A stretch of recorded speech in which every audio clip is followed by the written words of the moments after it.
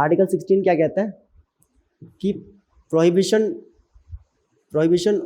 On discrimination, prohibition on discrimination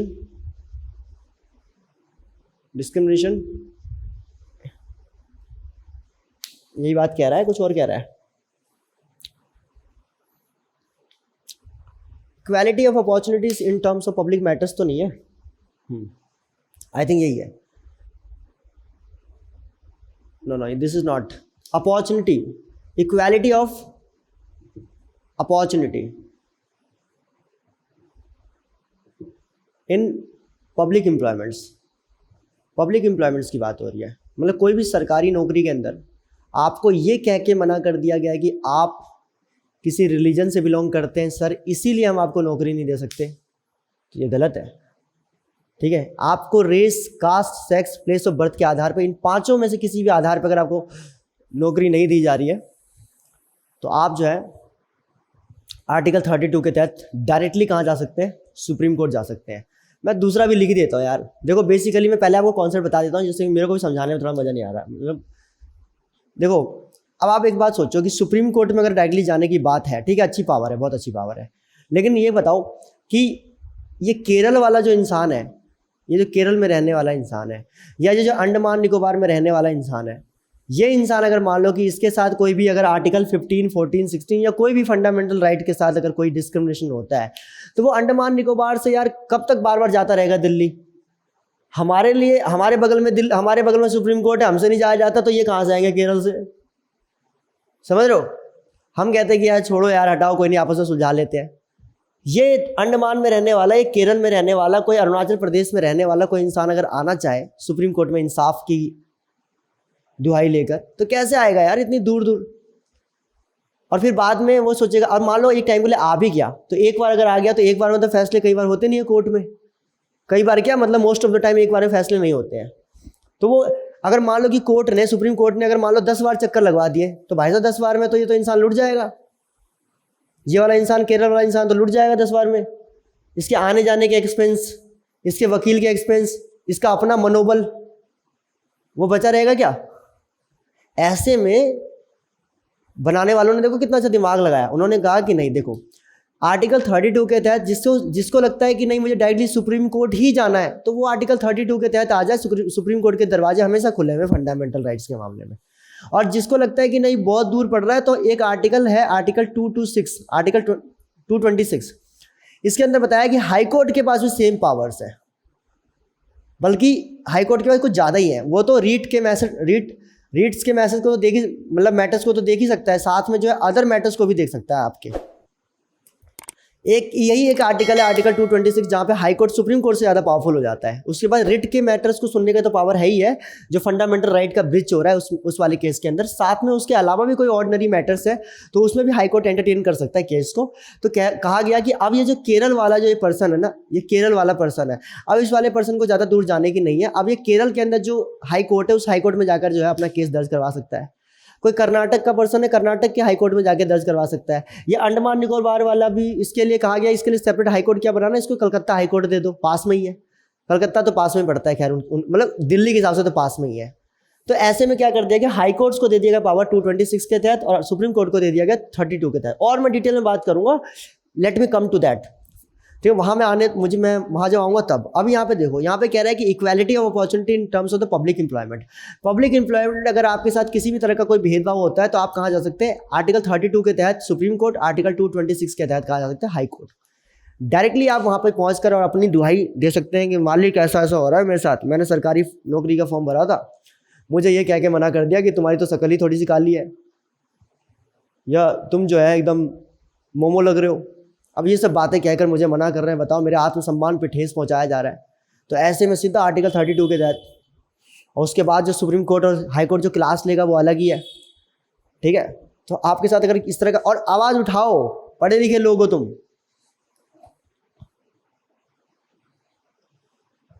ना इंसाफी इसलिए नहीं बढ़ती कि ना इंसाफ करने वाले लोग बहुत है, इसलिए है क्योंकि उसको सहने वाले लोग बहुत हो जाते हैं। आप सहने लग जाते हैं ना जब, तो सामने वाले का मनोबल बढ़ने लग जाता है। ज़्यादा संयम भी ना जिंदगी में कायरता कहलाती है। तो इतना भी संयम नहीं लेके चलना है, ठीक है, maintain the decorum, but it doesn't matter कि भाई आपको कोई आपके अगर आत्मविश्वास पे ठेस पहुंचाता है और आप लगातार सुनते जा रहे हैं, ना ना ना, आंसर। जब तक आप सहना नहीं छोड़ेंगे तब तक लोग कहना नहीं छोड़ेंगे।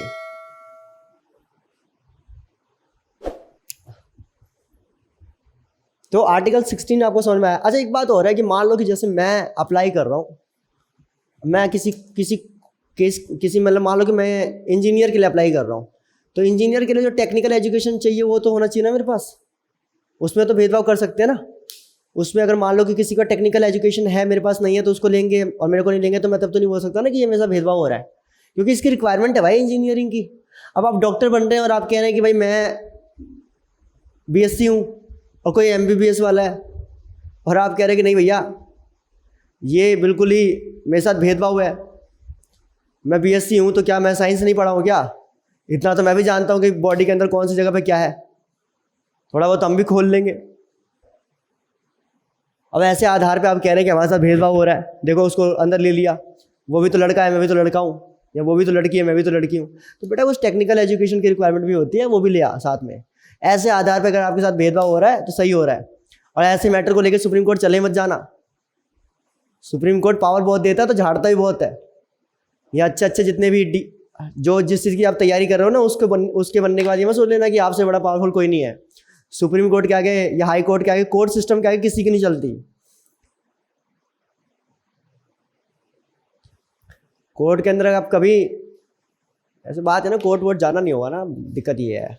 मैं तो कंपनी सेक्रेटरी की प्रिपरेशन के टाइम पे कोर्ट में इतना दोहराते थे, मतलब इन द सेंस मुंह कोर्ट लगते थे हमारे में, हमें तो उसमें भी इतना मतलब इतना ज़्यादा टॉर्चर करते थे उसके अंदर। और मतलब मार्किंग्स होती थी उसके ऊपर भी मुंह कोर्ट्स के अंदर कि अगर कहीं पे कुछ आपने इनडिसिप्लिन कर दिया तो उसमें भी नंबर कट जा रहे हैं। मैंने कहा यार इसमें हुआ क्या है, तो दैट्स इट्स अ क्वाइट मतलब कॉमन एंड कैजुअल। वो कह रहा है कॉमन कैजुअल क्या, यही है, यही डेकोरम मेंटेन करता है कोर्ट। फिर बाद में मैंने यूट्यूब पे देखा, और वो तो एसपी डीएसपी को कुछ नहीं समझते, तो बाकी को तो छोड़ ही दो। कोर्ट के आगे किसी की नहीं चलती। मैंने बताया ना आपको, सलमान खान के पास पैसा कम नहीं था, आसाराम बापू के पास पैसा कम नहीं था, राम रहीम के पास पैसा कम नहीं था, नवजोत सिंह सिद्धू के पास पैसा कम नहीं था। अभी तो मैंने सुना है कि कुछ दिनों पहले दलेर मंदी को उठा लिया 1 साल के लिए। ठीक है, इन लोगों का पैसा कम है क्या? ये चाहे तो मिनट से पहले खिला दे, लेकिन कोर्ट इतना बिकाऊ नहीं है। कोर्ट बिकाऊ है ही नहीं, बल्कि कोर्ट इतनी जल्दी नहीं किसी के आगे झुकता, और कोर्ट के आगे सबको झुकना पड़ता है। मैं एक वो देख रहा था, मैं एक रील्स देख रहा था, ऐसी खाली बैठा था, मैंने कहा क्या करूं, सब खाली भाई सब यही करते हैं। मैं तो देख रहा है, पता नहीं कौन सी कंट्री थी, उसके अंदर क्या हुआ कि एक लड़की ऐसी एंटर हो गई कोर्ट के अंदर। उसने हल्के उसने कभी देखा नहीं होगा, नहीं लड़की थी, निब्बी टाइप लड़की थी वो एंटर हुई उसके अंदर। जैसे एंटर हुई उसने क्या किया, उसने कोर्ट के जज को देखकर जो है उसने मतलब वो चिंगम खाते हुए एंटर हुई, तो जज ने फिर भी उतना कुछ नहीं बोला, समझ गया कि बदतमीज है। उसने फ़ाइन लगाया, 5,000 रुपये का फ़ाइन लगाया, जो भी डॉलर्स का फ़ाइन लगाया होगा, मतलब डॉलर्स में। ठीक है, और वो क्या हुआ कि लड़की वो लेकर, जो आई थिंक डिग्री था या पता नहीं क्या था, वो लेकर जो है बाहर निकलने लग गई। जब बाहर निकलने लग गई लेकर, तो क्या हुआ कि वो जाते जाते कोर्ट में ऐसे करके उंगली दिखाने लग गई। उसे जज ने लिख दिया पेनल्टी प्लस 3 महीने की जेल, चल अंदर। और कोर्ट में ऐसा होता है कि कोर्ट में अगर आपने बोल दिया कि 3 महीने की जेल, और सर जी ये क्या कर रहे हो, 4 महीने, sir ji sir please sir 6 महीने, 8 महीने, 1 साल, चल भाई अंदर चल। तो कोर्ट के पास एक एक्ट है, जैसे कहते हैं कंटेम्प्ट ऑफ कोर्ट एक्ट 1971। उसमें साफ साफ लिखा हुआ है सिविल कंटेम्प्ट और क्रिमिनल कंटेम्प्ट के बारे में। अब ये बताऊंगा, इसमें मेरा पार्ट है। सिविल कंटेम्प्ट और क्रिमिनल कंटेम्प्ट, ये क्रिमिनल कंटेम्प्ट में मान लेते हैं कई बार। आपने डिसओबे कर दिया, विलफुली अगर डिसओबे कर रहे हो, बात नहीं मान रहे तो फिर तो सिविल कंटेम्प्ट ऑफ कोर्ट लगा देंगे, और उनके पास अच्छा खासा पावर है उसके अंदर, 6 महीने 1 साल अंदर अच्छा खासा फाइन लगा देंगे, और लिमिट बढ़ाते चले जाएंगे जब आप डिसिप्लिन करोगे। और भाई जब उनके कहने में प्रशासन को मानना पड़ रहा है, सरकार को मानना पड़ रहा है, तो फिर क्या ही बोलोगे तुम। जब सबके सब लोग उनको मान रहे हैं, तो तुम्हें लग रहा है कि कोई दूसरा बचाने वाला है तुम्हें जो बचा लेगा। कोई नहीं बचा सकता कोर्ट के अंदर, तो कोर्ट के आगे नहीं। इसलिए ज़्यादातर देखोगे फिल्मों के अंदर क्या सीन दिखाते हैं कि कोर्ट के बाहर ही जो कर सकते हो कर लो। कोर्ट के अंदर चला गया तो प्रॉब्लम हो जाएगी। कोई देखा होगा कोई चश्मदीद गवाह होता है उसको रास्ते में ही मरवाते हैं, कोर्ट के अंदर मुश्किल है ना, कोर्ट के अंदर फिर सबको वैसे ही खड़ा होना पड़ेगा। और जज साहब जो बोलेंगे, और कोर्ट में जज जो है बड़े प्यार से चमकाता है, बड़े प्यार से।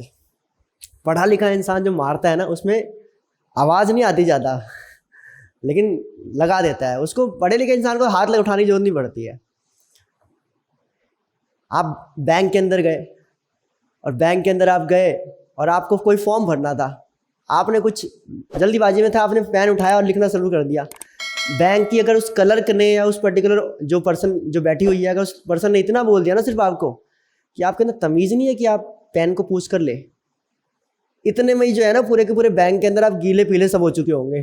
इतने में ही जो है आपका जो सम्मान है ना वो अपमान में परिवर्तित हो चुका होगा, इतनी सही मैटर के अंदर। पढ़े लिखे लोग जो है ना उनको कुछ नहीं करना पड़ा, इतनी सी बात बोल दी इतने में ही। और आप अगर आप भी पढ़े लिखे हैं फिर तो भाई साहब पक्का, क्योंकि पढ़े लिखा इंसान सम्मान बहुत ढूंढता है और अपमान से बहुत दूर रहता है। यही तो दिक्कत है, यही सब तो चीज़ें हैं जिसकी वजह से जो है ज़्यादातर जो पढ़े लिखे लोग हैं वो राजनीति में सफल नहीं हो पाते। आपको बड़े ड्रामे करने पड़ते हैं वहाँ पे। वो देखो केजरीवाल कितना बढ़िया खिलाड़ी है, उसको पता है पॉलिटिक्स की रिक्वायरमेंट ही यही है। क्या क्या नहीं सहा उस इंसान ने, सड़कों पे घसीटा गया है, कॉलर पकड़ के कभी कभी ले जाया गया, एंड नाउ यही पुलिस वाले भाग कर जो है रास्ता क्लियर कर रहे होते हैं कि सीएम साहब आ रहे हैं, सीएम साहब आ रहे हैं। कितना संघर्ष सहा उस इंसान ने। 2012 से लेकर लगातार नोटिस कर रहा हूँ मैं केजरीवाल, वो स्टेटस बढ़ता ही जा रहा है।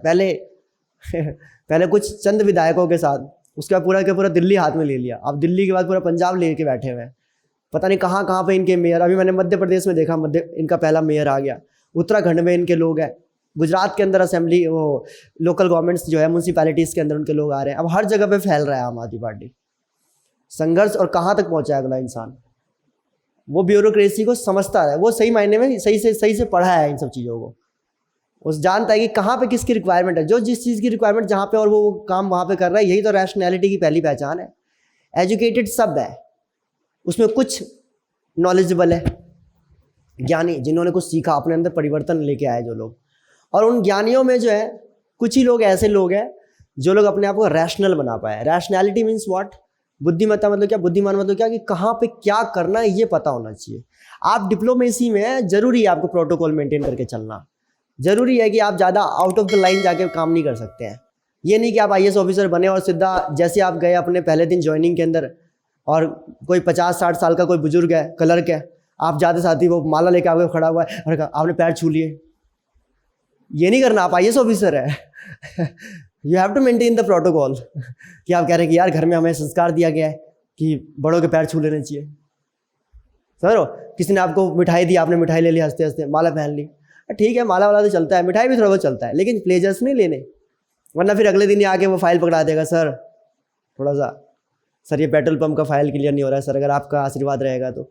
अब आपने मिठाई खा ली है, माला पहन ली है, थोड़ा बहुत 2-4 तारीफ भी सुन लिया आपने, सह ली है। तो इसीलिए सबसे बेस्ट तरीका क्या है, दूर जाना है तो ऑनेस्टी मेंटेन करके चलो, जितना ज़्यादा ऑनेस्टी मेंटेन करके चल सकते हो। जैसे आपने थोड़ा सा अपने आप को छोड़ दिया, खुला छोड़ दिया, बस सामने वाला आपके से बेनिफिट लेना स्टार्ट कर देगा।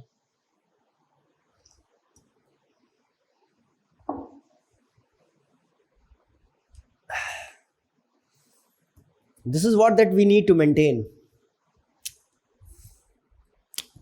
आर्टिकल 16 कहता है कि अगर कोई टेक्निकल एजुकेशन की रिक्वायरमेंट है तो वहां पे भेदभाव किया जा सकता है। अब आप कह रहे हैं कि नहीं हम भी बहुत टैलेंटेड हैं, हम भी बहुत पढ़ के आए हैं और फिर भी यूपीएससी नहीं निकल रहा है हमारा, जरूर ये यूपीएससी बिका हुआ है, तो फिर अब क्या ही बोले वो कह रहा है कि भाई हमारे साथ जो है यहाँ पर भेदभाव हो रहा है, हम जो है उच्च जाति के हैं, इसी वजह से हमारे साथ भेदभाव कर रहा है कि तुमने बड़ा दमन किया है निम्न जातियों के लोगों का।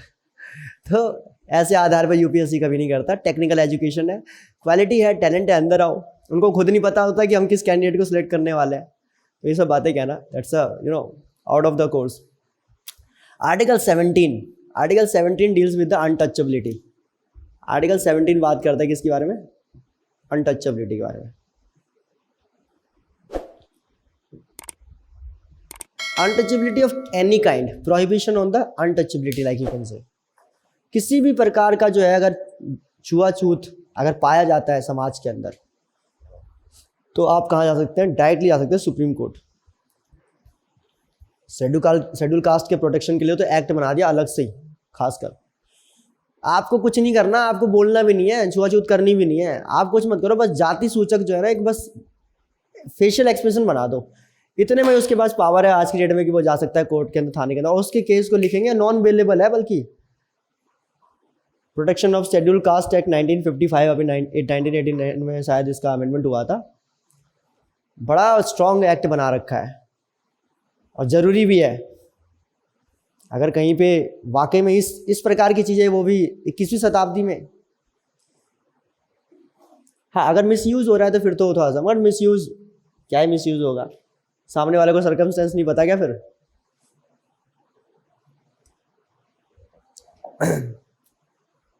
सस्ती दुश्मनी नहीं करनी चाहिए, महंगी दुश्मनी करो। ये क्या आप केस में फंसा रहे हो किसी को जिस पे इतने केस लगी जाएंगे, जिसको सामाजिक आधार नहीं मिलेगा, कोई शिक्षित अगर शिक्षा में नहीं जा सकता, किसी सरकारी नौकरी में जा सकता, जब उसका सारा आधार ही खत्म कर दोगे आप, तो वो क्या करेगा फिर, उल्टे सीधे काम करेगा, फिर खुद परेशान हुआ होगा तो तुम्हें भी करेगा।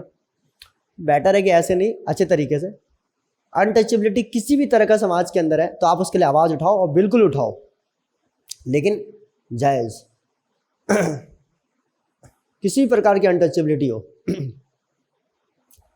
लेकिन मान लो कि अगर आप अभी हाल ही में हमने अनटचेबिलिटी का सबसे बेस्ट एग्जांपल देखा है, और ये हमारा फंडामेंटल राइट है, कुछ भी हुआ तो सुप्रीम कोर्ट जाएंगे, हाई कोर्ट जाएंगे 226 के तहत। लेकिन कोरोना के टाइम में सब एक दूसरे को दूर भाग रहे थे, बल्कि कोई पास में बैठ भी रहा था, टच भी करने की सोच भी रहा था, तो दूर डॉक्टर भी अब डॉक्टर्स भी क्या कर रहे हैं, डॉक्टर्स ने अपने हाथों में टैब ले रखा है, दवाई वाले को भी टैब दे रखा है, और वो कोई प्रॉब्लम बताता है तो वो टैब में लिखता है, और टैब में लिखकर दवाई वाले तो पहुंचती है, दवाई वाले तो ऑलरेडी इन्फॉर्मेशन होती है, फिर वो देता है। ये सब मोहल्ला क्लिनिक में ये सेटअप लगाया गया है, बहुत अच्छा सेटअप है, ठीक है। मतलब बाकी हॉस्पिटल का तो मुझे अभी आइडिया नहीं है, कभी जाना आना नहीं हुआ है कभी जाना आना हो भी ना, लेकिन हाँ ये है कि मोहल्ला क्लिनिक में ये सेटअप देखा, काफ़ी अच्छा लगा मुझे कि मतलब आप कोई भी प्रॉब्लम जो है अगर आपको होती है तो आप अपनी प्रॉब्लम बताओ, वो टैब में लिखेगा, टैब से सीधा दूसरे टैब में, और दवाई वाला उस तब तक आपकी दवाई तैयार करके बैठा होगा, आपको जाना है दवाई लेनी है, जाना है। इसको कहते हैं तरीका। केजरीवाल काम करना जानता है, मतलब I am not appreciating because of that he is belonging to a particular political party, rather I am supporting because of that he has done such a tremendous job. मतलब वाकई में, मतलब कि कितने कम समय में कितना बढ़िया मतलब रिजल्ट दिया है। कुछ सेक्टर्स में तो बहुत सुकून है, बाकी रोड में, नालियों में, सड़कों में, इनमें तो अभी ऐसा हाल है कि मतलब पूछो ही मत। उसमें तो फिर जो भी इंसान रोड पर निकलता है तो वो गालियाँ ज़रूर देता है, 100% देता है भाई साहब, ठीक है। इतनी बुरी हालत मतलब जो है, और वो भी राजधानी की। लेकिन मुझे लग रहा है कि कुछ बड़ा प्लान करने में लगे हुए हैं, कुछ पूरी दिल्ली को खोद रखा है अभी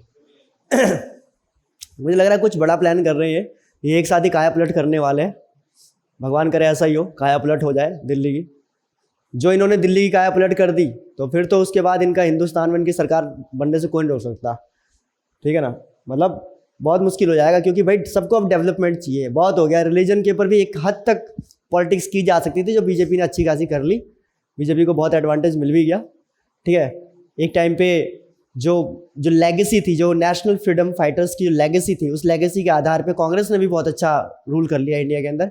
एक टाइम उनका आया, फिर बीजेपी का आया, रिलीजन के आधार पे। अब बस बहुत हुआ, अब सबको चाहिए डेवलपमेंट, आपको सबको चाहिए काम, और काम के आधार पे अगर चलेंगे बाकी पार्टी वाले तो हो सकता है टक्कर दे भी दे। अगर काम आधार नहीं है तो आम आदमी पार्टी समझ रही है कि काम करने का तरीका क्या है, ठीक है।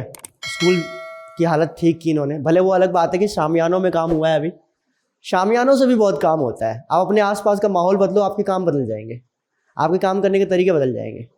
तो हो सकता है कि शामियाने के बदलने का भी मतलब एक स्ट्रेटजी सही है, ठीक है। टीचर्स को बुलाया गया, टीचर्स को यहाँ से बाहर भेजा गया यूरोप के अंदर। सुन रहा था मैंने, नॉर्वे, फिनलैंड की यात्रा करवाई, ऑस्ट्रेलिया की यात्रा करवाई इन्होंने, कि जाओ बाहर देशों में और देख के आओ कि वहाँ के स्कूल इतने बेटर क्यों हैं, इतने बढ़िया क्यों हैं। वहाँ से जो कॉन्फिडेंस आया तो उसको दिल्ली में इम्प्लीमेंट किया। आज दुनिया भर में दिल्ली की चर्चा हो रही है इस बात में, और बनती भी है। कई सारे स्टूडेंट्स का कहना है वाकई में बहुत अच्छा लगता है वो स्कूल जाकर, लेकिन टीचर्स थोड़ा सा टीचर्स को थोड़ा कॉम्पिटिटिव बनाना ज़रूरी है। अपन लोग कितना मेहनत करते हैं, क्यों? क्योंकि अपने को पता है कि भाई अगर नहीं करेंगे तो हमारा या तो हमारी प्रोफाइल गिर जाएगी, या तो मेहनत बहुत अच्छी करेंगे तो प्रोफाइल बढ़ जाएगी, इस लालच में हैं। और इनके पास कुछ नहीं, इनके पास फिक्स सैलरी, फिक्स काम, फिक्स क्लास, फिक्स स्कूल। और जहाँ जहाँ पे इक्वालिटी आ जाती है वहाँ पे कंपटीशन खत्म हो जाता है। कंपटीशन खत्म तो ग्रोथ खत्म। इसीलिए तो कार्ल मार्क्स यहाँ पे फेल हो गए। कार्ल मार्क्स दुनिया में यूटोपियन कहलाया है। कि यूटोपियन क्या मतलब? जो ख्वाबों की दुनिया में रहता है, सपनों में रहता है हमेशा। ऐसा होना चाहिए दुनिया, सब खुश रहे, कोई किसी से दुखी ना रहे, चारों तरफ खुशियाँ ही खुशियाँ मिले। ये सपनों भरी दुनिया जो है कार्ल मार्क्स की, यहाँ जाके फेल हो गई। Although he is a man of a great understanding, I am not speaking about anything like that in that side, but यहाँ पे जो है इस वाली साइड में इक्वालिटी का कॉन्सेप्ट हर जगह नहीं चल पाता है।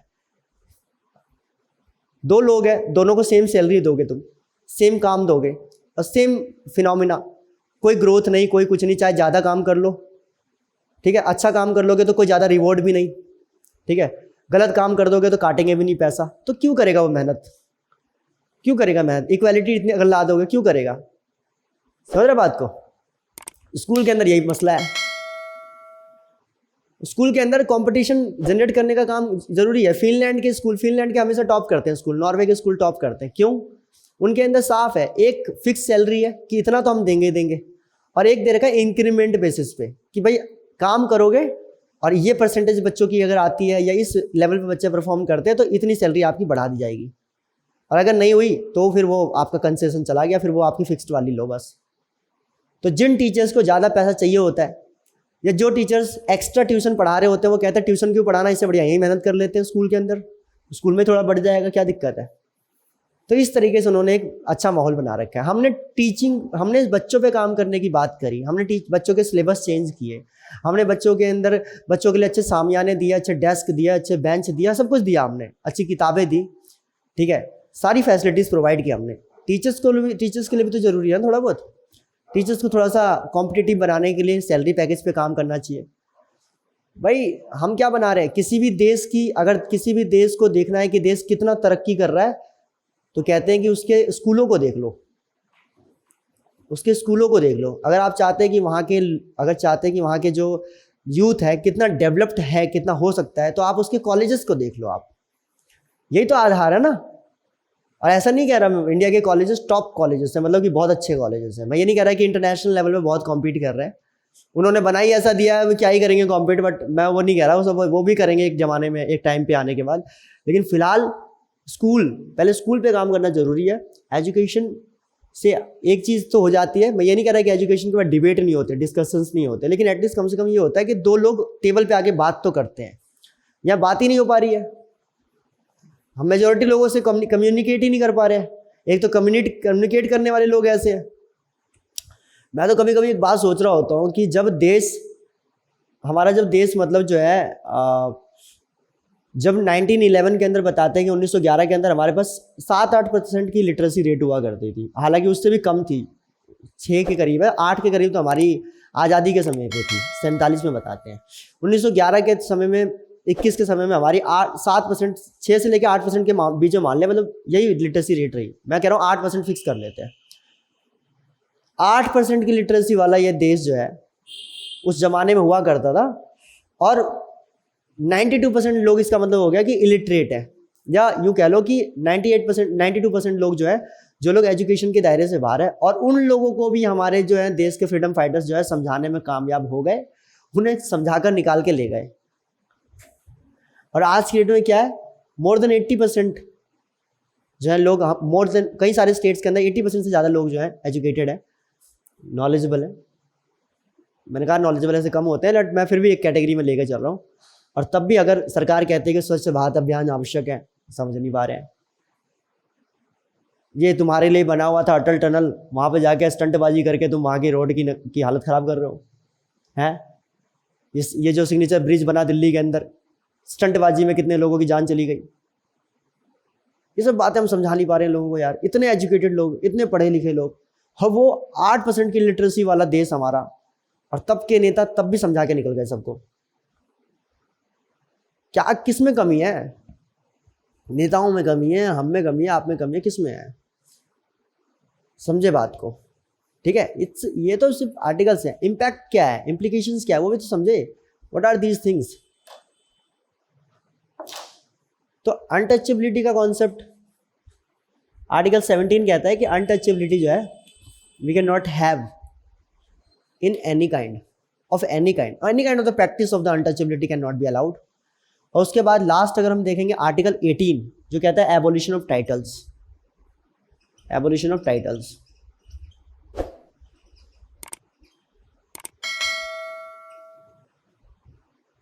Abolition of titles. पहले के ज़माने में अंग्रेज क्या करते थे, हमारे लोगों को खुश करने के लिए टाइटल्स देते थे। पहले क्या आपने टाइटल सुना, बादशाह, सुल्तान। एक बार मुझे कमेंट में बताना कि बादशाह और सुल्तान में क्या फ़र्क होता है। बादशाह किसे कहते हैं, सुल्तान किसे कहते हैं, बताना मेरे को। पहले के ज़माने में टाइटल होता है बादशाह, सुल्तान, नाइटहुड, केसर हिंद, ये सब जो टाइटल्स होते थे। मल्लिके जहाँ, गाजी, इस तरह के टाइटल्स होते हैं। सारे के सारे टाइटल्स को ख़त्म कर दिया गया। उन्होंने कहा ये सब फालतू टाइटल्स नहीं होंगे, कोई राजा महाराजा ये सब चीज़ें नहीं चलेगी, ठीक है। और ऐसा कोई भी टाइटल अगर लगाता है तो वो जो है मतलब ऐसे टाइटल को अलाउड नहीं किया गया और कहा गया कि ये सब टाइटल्स जो है समाज के अंदर समानता के सिद्धांत को जो है, समता के सिद्धांत को जो है कहीं ना कहीं डिस्टर्ब करते हैं, इसीलिए जो है इन सब पे बात नहीं होगी, ठीक है। तो दिस वॉज द आर्टिकल 18। इसमें कुछ खास नहीं है, लेकिन अगर आप देखेंगे ना इस आर्टिकल का इस्तेमाल कभी नहीं हुआ। you would see these things that this article has not been used ever। लेकिन एक चीज हो सकती है इस आर्टिकल से, जो मैं कह रहा था ना कि कास्ट सिस्टम कैसे खत्म होगा। आर्टिकल 18 का एक इस्तेमाल ये हो सकता है कि जिसे कास्ट की बात की गई थी, रिजर्वेशन को खत्म करना is not a solution. Reservation के चक्कर में लड़ाई हो जाएगी, बल्कि रिजर्वेशन में तो मेरा ऐसा कहना है कि जो रिमेनिंग से उनको भी देकर खत्म करो। लेकिन खैर ये सब बातें पब्लिक डोमेन में करना बड़ा डिफिकल्ट हो जाता है, ये सब बातें भी नहीं करनी है। बट मैं एक बात कह रहा हूँ भाई, जो जिनके पास है उनसे छीनोगे या कुछ भी करोगे तो उनको ये लगेगा छीन रहे हो, वो हमेशा आपके सख्ते में आएंगे, वो लोग सड़कों पे उतरेंगे, प्रोटेस्ट होगा, देश में खाली पीली डिस्टर्बेंस क्रिएट होगी। इससे बेटर है जिनको दे दो। अभी देखो स्वर्ण वालों को मिला तो किसी ने बोला क्या, कुछ नहीं बोला।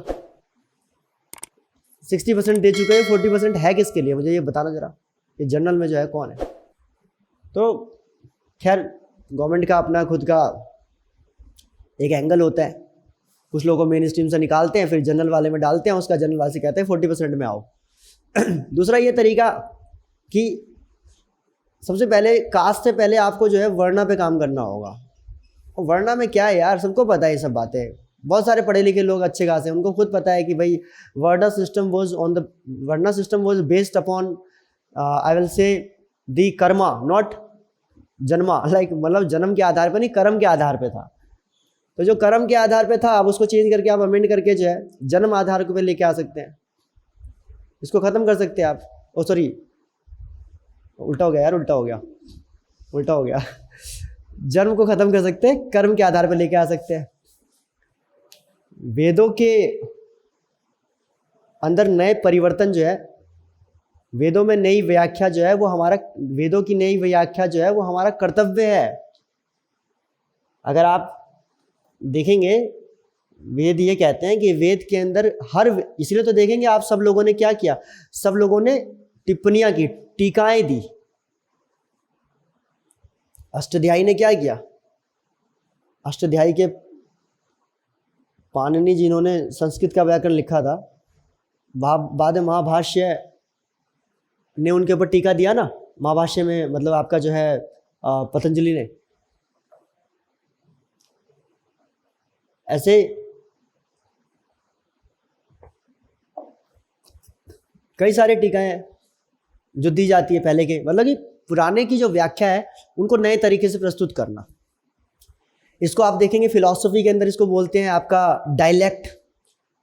डायलेक्ट में क्या होता है कि गुरु कोई बात कहता है, उस बात को जो है काट कर जो है शिष्य जो है कोई नई बात कहता है और फिर वो थ्योरी बनती है। तो हमारे वेद के अंदर भी ये चीज़ें हैं कि हम जब कोई पुरानी बात कह चुके हैं, उस पुरानी बात को की व्याख्या नए तरीके से करना, उसे फिर स्वीकार करना, अगर उसके अंदर लॉजिक्स है, उसके अंदर अगर इमोशंस है, अथॉरिटी है।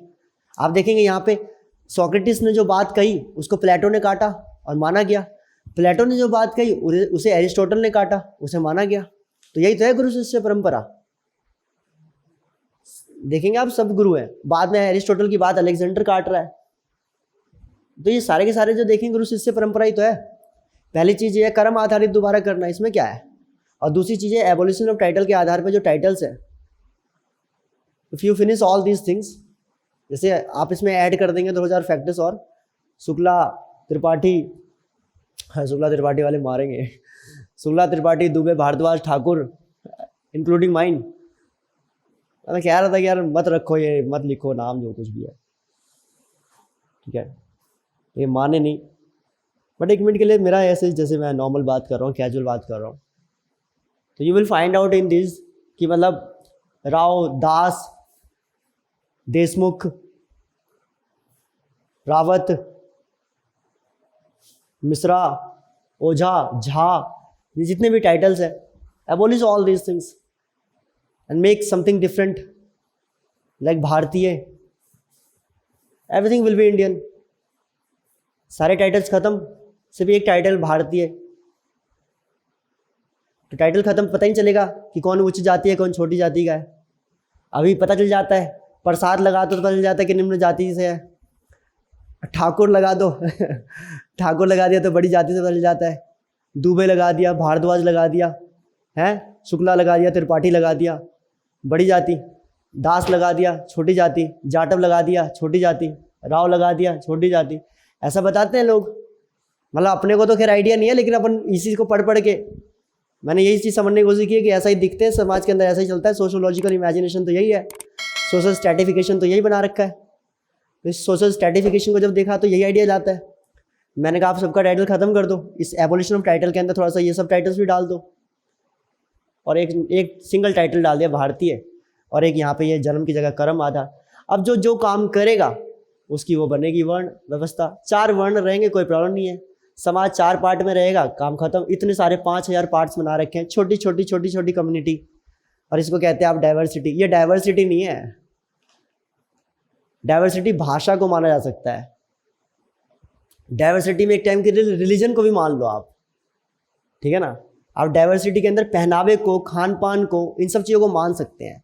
ये क्या डाइवर्सिटी है, ये कौन सी डाइवर्सिटी है भाई। ये कास्ट के आधार पे जो डाइवर्सिटी की बातें कर रहे हैं हम लोग, ये डाइवर्सिटी तो मेरे दिमाग से परे। आप लोगों को समझ में आती होगी, मुझे डाइवर्सिटी समझ में नहीं आती इसके अंदर। इससे हम बढ़ चुके हैं। आप देखो ना आज की डेट में, अगर हम एक हिंदू सोसाइटी कितनी डिवाइडेड है। अखंड भारत करने से पहले अखंड हिंदू करो आप, पहले हिंदू तो एक हो जाए, जो सैकड़ों साल से अलग है। और इतना ज़्यादा मतलब कि अंदर तक ये मानसिकता आ चुकी है कि बड़ा मुश्किल है। लेकिन ये नई जनरेशन है, समझदार जनरेशन है, बात करो इनसे, इन सब बातों को समझाओ। ये सब चीज़ें ज़रूरी हैं अब नहीं तो कब। क्या हुआ, what is the benefit. Bihar कहाँ चला गया। सबसे ज़्यादा जाति प्रथा अगर कहीं पे भी है देश के अंदर, बिहार सबसे ज़्यादा जाति प्रथा अगर कहीं पे भी, मतलब जाति के आधार पे जहाँ राजनीति होती है, सबसे ज़्यादा कहाँ, बिहार। और बिहार कहाँ है, जो सबसे उत्कर्ष पे था, जो सबसे चरम पे था, आज सबसे निम्न पे खड़ा है।